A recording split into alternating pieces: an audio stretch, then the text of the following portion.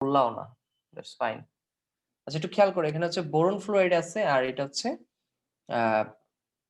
Ammonia. So অ্যামোনিয়ার যে nitrogen তার একজোড়া মুক্তজোড় ইলেকট্রন থাকে, পাশে থাকা বোরন ফ্লোরাইডের যে বোরনটা আছে তার ইলেকট্রনের চাহিদা আছে। তোমরা বলতে ভাই তার ইলেকট্রনের কিসের চাহিদা, সে তো সুন্দর একটা রিলেশনে আছে ফ্লোরিনের সাথে। সো ব্যাপারটা হচ্ছে যে ফ্লোরিন আবার এখানে ঝামেলা করতেছে, ফ্লোরিনের তৈত্রীনাত্মকতা বেশি হওয়ার কারণে, মানে এনার্জি বেশি হওয়ার কারণে সে আবার এই ইলেকট্রনটা বোরনের কাছ থেকে টেনে নেওয়ার চেষ্টা করে। তো বোরন তখন রিস্কে পড়ে যায় যে ভাই রিলেশন করে তো রিস্কে পড়ে গেছি, সো আমার তো আরো ইলেকট্রন দরকার।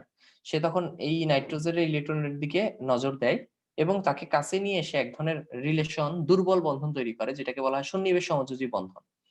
সো এই যে রিলেশনের ফলে যে বন্ধনটা তৈরি হলো, এই সেই যৌগটা। বোরন একদিকে 3টা ফ্লোরিনকে ধরে রাখছে, আরেকদিকে সে অ্যামোনিয়াকে কাছে নিয়ে আসছে। কেন? কারণ অ্যামোনিয়ার 2টা ইলেকট্রন আছে, এই 2টা ইলেকট্রনের তার দরকার। সো এই যে কাহিনীটা ঘটলো, এই কাহিনীটা ঘটার পিছনে ইলেকট্রনটা দান করলো কে বা দিল কে, কার কাছ থেকে আসলো? যার মুক্তজোড় ইলেকট্রন আছে, অ্যামোনিয়া। সো যে দেয় তাকে আমরা কি বলি? ক্ষার বলি বা ক্ষারক বলি। আর যে এটা গ্রহণ করলো, যে লোভে পড়লো ইলেকট্রনের, তাকে আমরা কি বলি? অম্ল বলি। তার মানে লুইস মতবাদ অনুসারে এসে আমরা বলতে পারলাম যে বোরন ফ্লোরাইড হচ্ছে অম্ল। তোমরা একটু প্রথম কথা চিন্তা করো, আমি যখন তোমাদেরকে বলছিলাম যে বোরন ফ্লোরাইড অ্যাসিড না ক্ষার, তোমরা আর্হেনিয়াস দিয়ে বলতে পারো নাই, তোমরা ব্রোনস্টেড লাউরি দিয়ে বলতে পারো নাই। ফাইনালি আমরা কার মাধ্যমে ডিসিশন নিলাম যেটা অম্ল না ক্ষার? লুইস মতবাদের মাধ্যমে। সো যেই যৌগগুলাকে শুধুমাত্র লুইস তত্ত্ব দিয়েই অম্ল হিসেবে স্বীকৃত দেয়া যায়, সেই অ্যাসিড গুলোকে লুইস অ্যাসিড বলা হয়। তার মানে বোরন ফ্লোরাইড শুধু একটা অ্যাসিড না, এটা হচ্ছে লুইস অ্যাসিড। কেন? কারণ বোরন ফ্লোরাইডকে অ্যাসিড হিসেবে ট্রিট করা যায় বা স্বীকৃতি দেওয়া যায় শুধুমাত্র লুইস তত্ত্বের মাধ্যমে। সো এইভাবে তোমরা বইয়ে একটু ভালো করে পড়বা, এটা একটা পপুলার এক্সাম্পল ছিল, সবগুলো বইয়ে মোটামুটি এই এক্সাম্পলটা দেয়া। সো এই যে বোরন ফ্লোরাইডকে লুইস অ্যাসিড বলা হয়, কেন বলা হয়, তার আনসার কি তোমরা বুঝতে পারছো? আনসার খুব সহজ। আনসারটা হচ্ছে যে বোরন ফ্লোরাইডকে অন্য কোনো তত্ত্ব দিয়ে অ্যাসিড বলা যায় না, যেহেতু শুধু লুইস তত্ত্ব দিয়ে বলা যায়, এ কারণে এটাকে আমরা লুইস অ্যাসিড বলবো। এরকম আরো অ্যাসিড আছে কিনা, লুইস অ্যাসিড আছে কিনা? হ্যাঁ, আরো বেশ কিছু লুইস অ্যাসিড আছে, এরকম বেশ কিছু লুইস ক্ষারও আছে। তোমাদের এক্সামে আসলে আসে কি, তোমাদেরকে নিচে 4টা অপশন দিবে, দিয়ে বলবে নিচের কোনটি লুইস অ্যাসিড। তুমি দেখবা যে এইচসিএল দেয়া আছে, এইচসিএল তো অ্যাসিড, এইচসিএল তো যে কোনো তত্ত্বেই অ্যাসিড, আর্হিনিয়াস তত্ত্ব অ্যাসিড, ব্রোনস্টেড লাউরি তত্ত্ব অ্যাসিড। সো এটাকে তোমরা আনসার হিসেবে দাগাবা না, তোমরা দাগাবা কি? Boron fluoride. কারণ বাকি 2টা তত্ত্ব অনুসারে বোরন ফ্লোরাইড অ্যাসিড না, শুধু লুইস তত্ত্ব অনুসারে অ্যাসিড। সো লুইস অ্যাসিড হচ্ছে বোরন ফ্লোরাইড। এরকম আরো কিছু অ্যাসিড আছে, তোমরা বই থেকে নামগুলো মুখস্থ করে ফেলবা এবং দেখবা যে কেন এরা লুইস তত্ত্ব অনুসারেই অ্যাসিড, কেন এরা লুইস তত্ত্ব অনুসারে ক্ষার, এগুলো একটু বোঝার চেষ্টা করবা। সো এইটুকু অ্যানালাইসিস এবার তোমরা বাসায় বই থেকে করবা, এবং কোনো সমস্যা ফেস করলে আমি তো আছি, মেসেঞ্জার গ্রুপে ডিসকাস করবা। যদি সন্তোষজনক উত্তর না পাও, আমাকে ইনবক্সে মেসেজ দিবা যে ভাই এটার ব্যাখ্যাটা তো মিলতেছে না, আমি তখন বুঝাই দিব অবশ্যই। তার মানে হচ্ছে লুইস অ্যাসিড দিয়ে আর্হেনিয়াস এবং ব্রোনস্টেড লাউরির সব অ্যাসিডের ব্যাখ্যা দেওয়া যায় এবং কিছু অতিরিক্ত জিনিসেরও ব্যাখ্যা দেওয়া যায়, যেমন এই যে বোরন ফ্লোরাইড। আর্হেনিয়াস তত্ত্ব দিয়ে সকল লুইসের তত্ত্বকে ব্যাখ্যা দেওয়া যায় না, কিন্তু সরি, ব্রোনস্টেড লাউরি দিয়ে সব আর্হেনিয়াস তত্ত্বকে ব্যাখ্যা দেওয়া যায়। আর আর্হেনিয়াস তত্ত্ব তো আদি তত্ত্ব, আর্হেনিয়াস তত্ত্ব দিয়ে অল্প কিছু যৌগকে বা অ্যাসিডকে এবং ক্ষারকে ব্যাখ্যা দেওয়া যায়। তাহলে সবার উপরে কে বলতো? লুইস। লুইস দিয়ে আর্হেনিয়াস এবং ব্রোনস্টেডের সবগুলো ব্যাখ্যা তো দেওয়া যায়, পাশাপাশি হচ্ছে অতিরিক্ত কিছু যৌগের ব্যাখ্যা দেওয়াও যায়। এই কারণে আমি শুরুতেই তোমাদের আজকে ক্লাস শুরুতেই বলছিলাম লুইস হচ্ছে সবচেয়ে মডার্ন ও সবচেয়ে স্মার্ট তত্ত্ব, যেটা দিয়ে সবকিছুর ব্যাখ্যা দেওয়া যাচ্ছে। তাতে কি তোমাদের কোনো সন্দেহ আছে? থাকলে বলতে পারো। কারো কোনো কনফিউশন আছে? তো তোমরা ছোটবেলা থেকে যে তত্ত্বের সাথে পরিচিত, সেটা তো আমি গত ক্লাসে বলছিলাম, তোমরা হচ্ছে আর্হেনিয়াস তত্ত্বের সাথে পরিচিত, কিন্তু এর বাইরেও আরো 2টা তত্ত্ব আমাদের এভাবে কাজে লাগে। বিশেষ করে লুইস অ্যাসিডটা তো অনেকে ইগনোর করে, অনেকে ইগনোরই করে, ইগনোর করা যাবে না, ঠিক আছে? তো তোমরা বই খুলে একটা চার্টের মতো দেয়া আছে, ওই চার্টটা পড়ে ফেলবা যে কাদেরকে লুইস অম্ল বলা হয়, কাদেরকে লুইস ক্ষার বলা হয়। তোমরা কি বলতে পারবা যে ব্রোনস্টেড অ্যাসিড বা ব্রোনস্টেড ক্ষার নামে কিছু আছে কিনা, বা আর্হেনিয়াস অ্যাসিড, আর্হেনিয়াস ক্ষার, লুইসের মতো করে এরকম কি বলা যাবে? হাত তুলে বলো তো কার কি মনে হচ্ছে?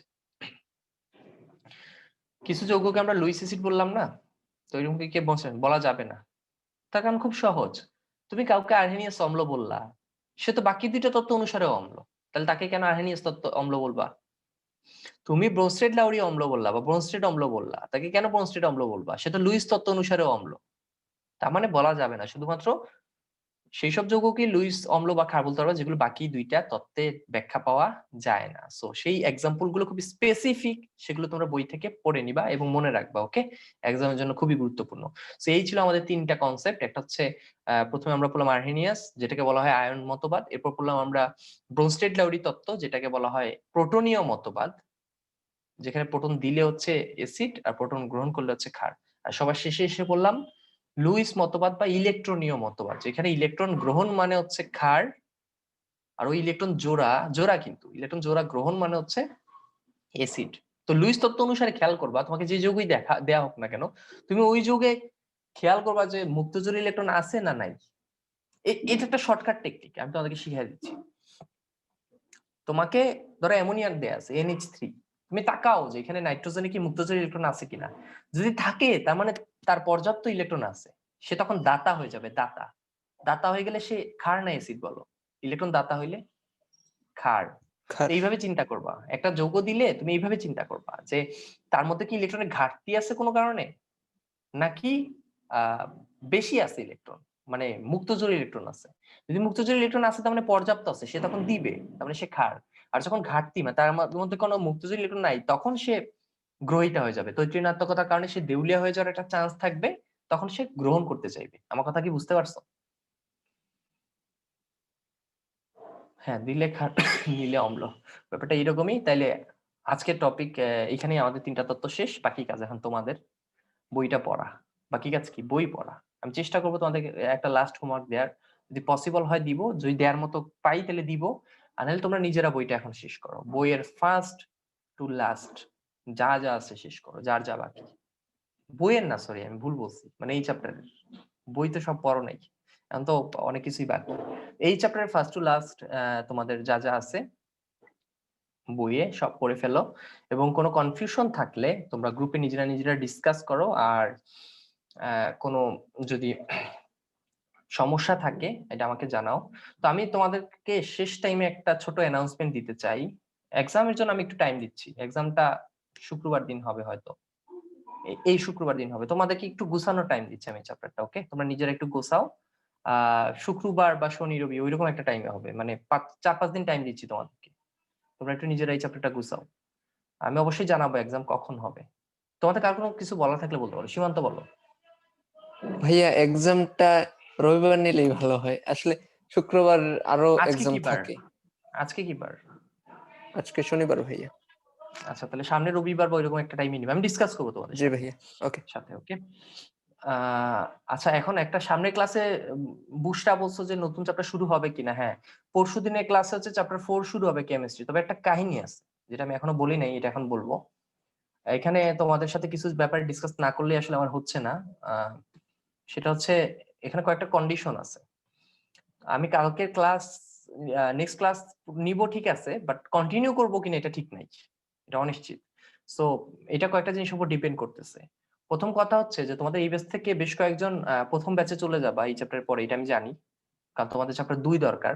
সেক্ষেত্রে এই ব্যাচের মেম্বার অনেক কমে যাবে। সেখানে কন্ডিশন হচ্ছে যে যদি 10 জনের কম হয়ে যায় এই ব্যাচে, তাহলে আমি এই ব্যাচ কন্টিনিউ করবো না, এটা হচ্ছে প্রথম কন্ডিশন।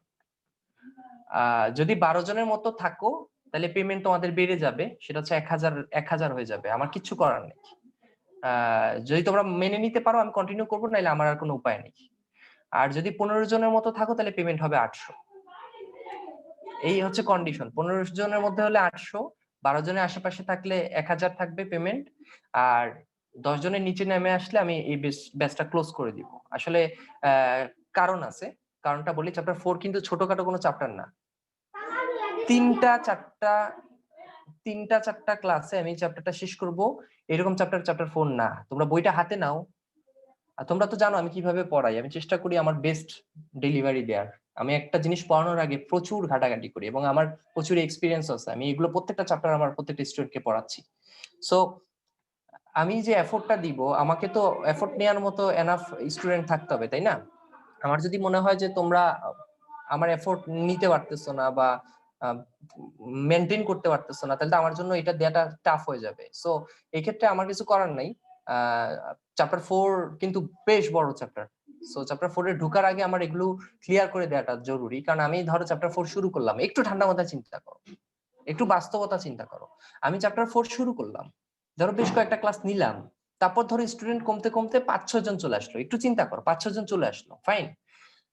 তখন না পারবো আমি ওই অবস্থায় ক্লোজ করতে ব্যাচ, কারণ চ্যাপ্টারের মাঝখানে তোমরা প্যারা খেয়ে যাবে, যেই 4-5 জন আসছো তাদের তো কোনো ফল্ট নাই, সো তারা তখন প্যারা খেয়ে যাবা। আবার যারা বের হয়ে গেছে তারা তো এই চিন্তা করবে না যে বাকিদের কি হবে। আমার কথা কি ক্লিয়ার? ধরো একটা চ্যাপ্টার শুরু করলাম, চ্যাপ্টার 4, 12 জন শুরু করলাম, মাঝপথে আমি কয়েকটা ক্লাস নেওয়ার পরে দেখলাম যে 6 জন হয়ে গেল, 7 জন হয়ে গেল। এখন আমি কি করবো? এই চ্যাপ্টার তো একটা বিশাল চ্যাপ্টার, চাইলেই তো আমি তাড়াহুড়ো করে 3-4টা ক্লাসে শেষ করতে পারবো না, আমাকে মাস খানেক সময় লাগবে এই চ্যাপ্টার শেষ করতে।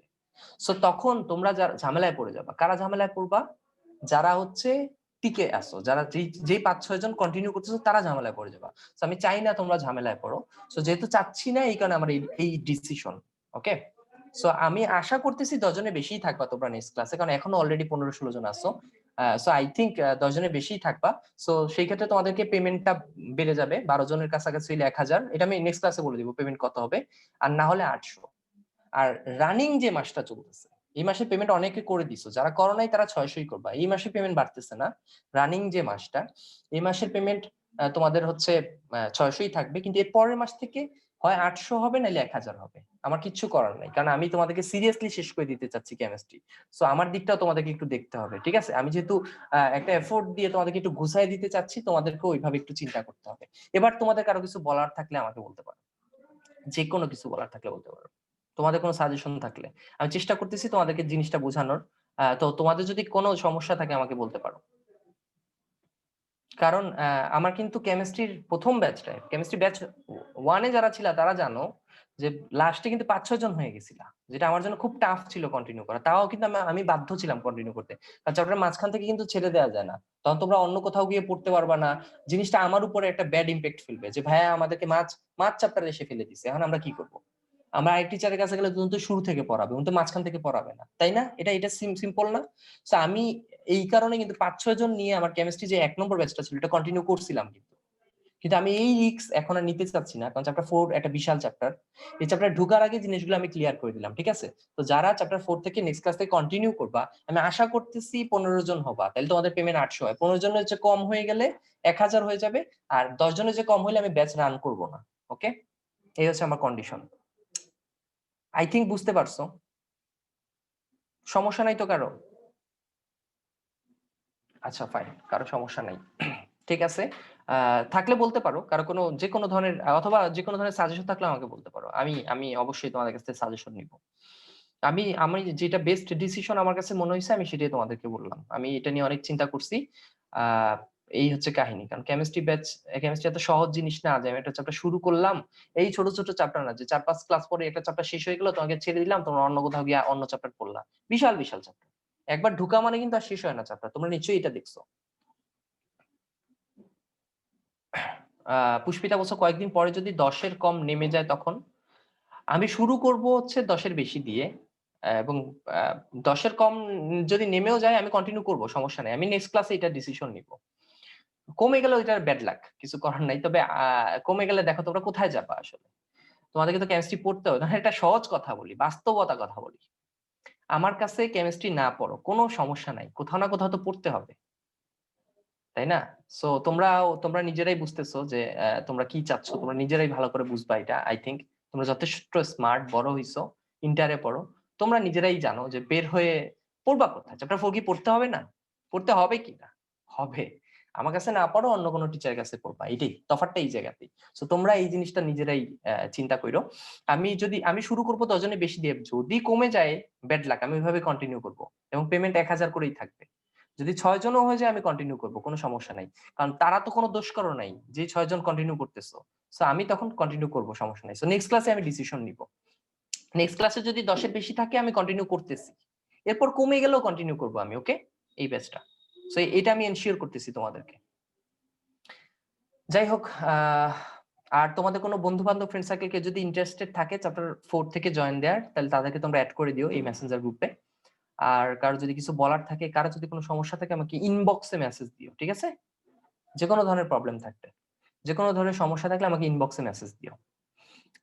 আর আজকে ক্লাস এই পর্যন্তই থাকলো। তোমাদের নেক্সট ক্লাস হবে হচ্ছে পরশুদিন সেম টাইম, নতুন চ্যাপ্টার 4 প্রথম পত্র। ওকে? আর আমার মানে তো বললাম চ্যাপ্টার 4 এর পরে আমি যাবো চ্যাপ্টার 1 এ, তারপর যাবো চ্যাপ্টার 5 এ। ঠিক আছে? এইভাবে চলবে আমাদের। আর কারো কিছু বলার আছে? না থাকলে আমি ক্লাস ক্লোজ করে দিব। যে কোনো কিছু বলার আছে? আচ্ছা, কারো কিছু বলার নেই। ঠিক আছে? সবাই ভালো থাকো। সবাইকে আল্লাহ হাফেজ। আসসালামু আলাইকুম।